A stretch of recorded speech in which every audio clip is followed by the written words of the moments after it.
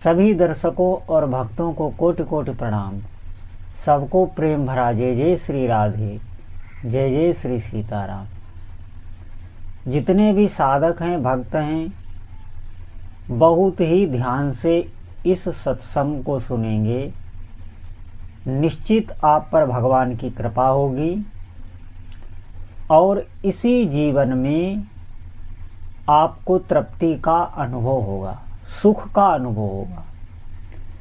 जिस सुख को अभी हम समझ नहीं पा रहे हैं, जिस सुख का अभी हमें कोई अनुभव नहीं है, हम कल्पना में भी उस सुख के बारे में सोच नहीं सकते, वो सुख भगवान के भजन से प्राप्त होता है। आप ध्यान देंगे, बहुत ही आप विचारपूर्वक इस बात को सुनेंगे। देखिए, भगवान ने सभी जीवों को बराबर सामर्थ्य दी है। हर मनुष्य के पास बहुत सामर्थ्य है। उस सामर्थ्य का हम गलत कार्यों में उपयोग करते हैं। आप देखेंगे कि पाप कर्म करने पर, शास्त्र विरुद्ध आचरण करने पर, किसी पर क्रोध करने पर, कामुकता में, वासना में, और हम किसी से ईर्ष्या हो जाए तो आप देखेंगे उसके हम विपरीत कर्म, उसको हानि पहुँचे ऐसे कर्म हम करते हैं और उत्साह हमारा बढ़ता जाता है। क्यों? ईर्ष्या से। ईर्ष्या में इतनी शक्ति आ गई, क्रोध में इतनी शक्ति आ गई, क्रोध में ताकत दूनी हो जाती है। जब काम भावना, काम आता है भीतर, वासना आती है तो ताकत उसकी दूनी हो जाती है। हमारे पास शक्ति है, लेकिन उस शक्ति को हम गलत कार्यों में, पाप कार्यों में खर्च कर रहे हैं। आप ध्यान दें, हम तप में भी चल सकते हैं, हम साधना भी कठिन कर सकते हैं, हम नाम जप में कठिन अभ्यास कर सकते हैं, लेकिन आप देखेंगे यहाँ पर पता नहीं क्या हो जाता है ऐसा कि हम चल ही नहीं पाते। हम कुछ ही दिन चलते हैं, हमारा उत्साह चला जाता है, हम इधर उधर ताकने लगते हैं कि अभी कुछ मिला नहीं, अभी कुछ हुआ नहीं, अभी कुछ अनुभव नहीं हुआ। आप ध्यान दें, हमारे पास ऊर्जा है, हमारे पास भगवान ने शक्ति दी है। बात यह है कि सत कार्यों में उसका हम उपयोग नहीं कर पा रहे हैं।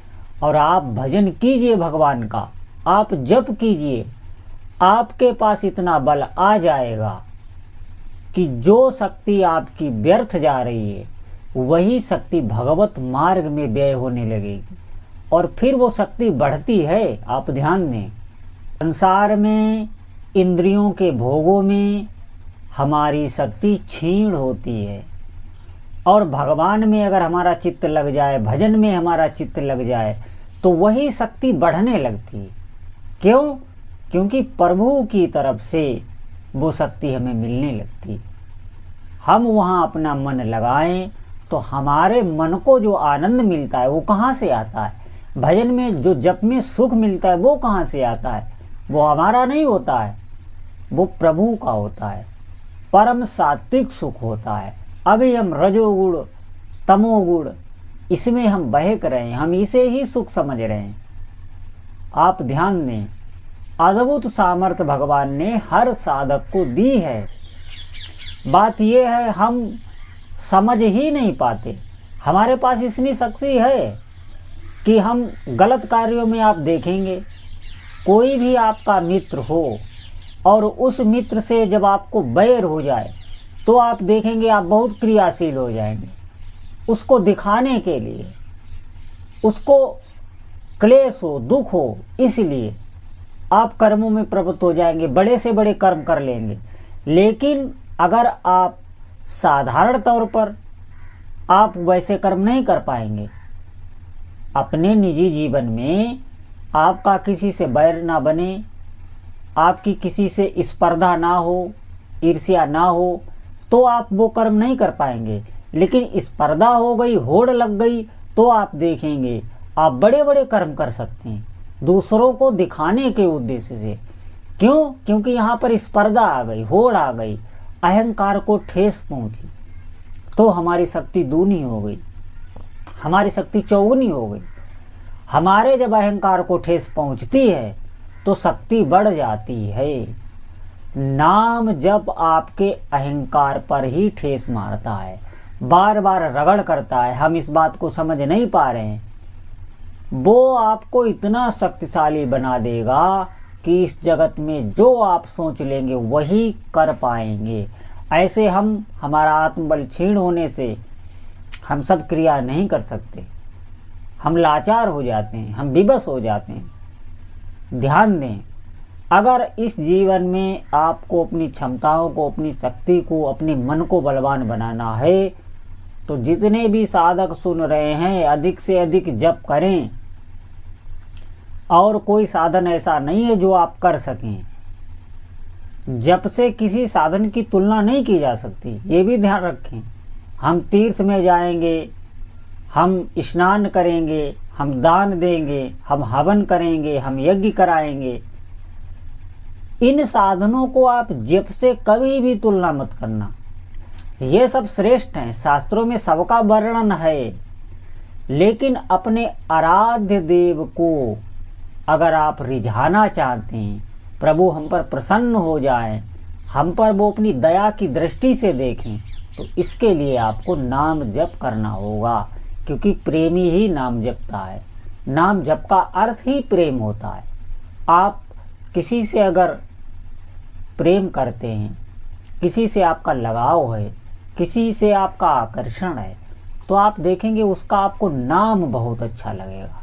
उसका नाम, उसका रूप, उसका निवास स्थान। ध्यान दे हमारी इस बात पर।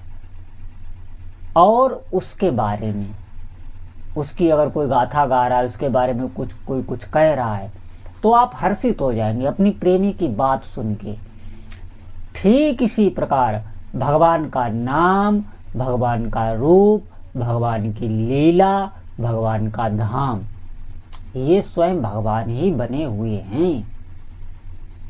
इस बात को समझें, इन्हीं से हमें प्यार करना है और इनका सबका मूल भगवान का नाम ही है। सारी साधना उस भक्त की पूर्ण हो जाती हैं जिसे नाम जप में रुचि हो जाती है। उसे जीवन में और कुछ करना नहीं होता।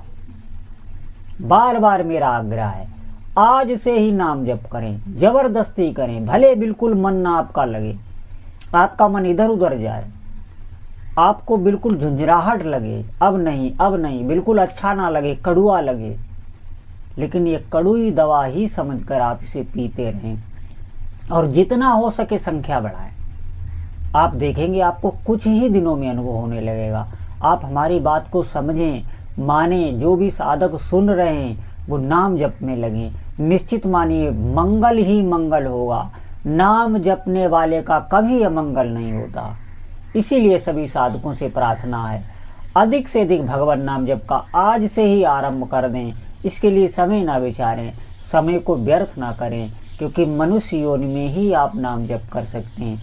बाकी जितनी भी योनि हैं, हर कर्म मनुष्य वाले वो करते हैं, हर कर्म और भी योनि में मनुष्य वाले होते हैं, लेकिन नाम जप नहीं होता है। वो मंत्र जप नहीं कर सकते, भगवान का ध्यान नहीं कर सकते, भगवान से प्रेम नहीं कर सकते। इसलिए सभी साधकों से प्रार्थना है, आज से ये अधिक से अधिक भगवान के नाम का जप करें। बोलो जय जय श्री सीताराम।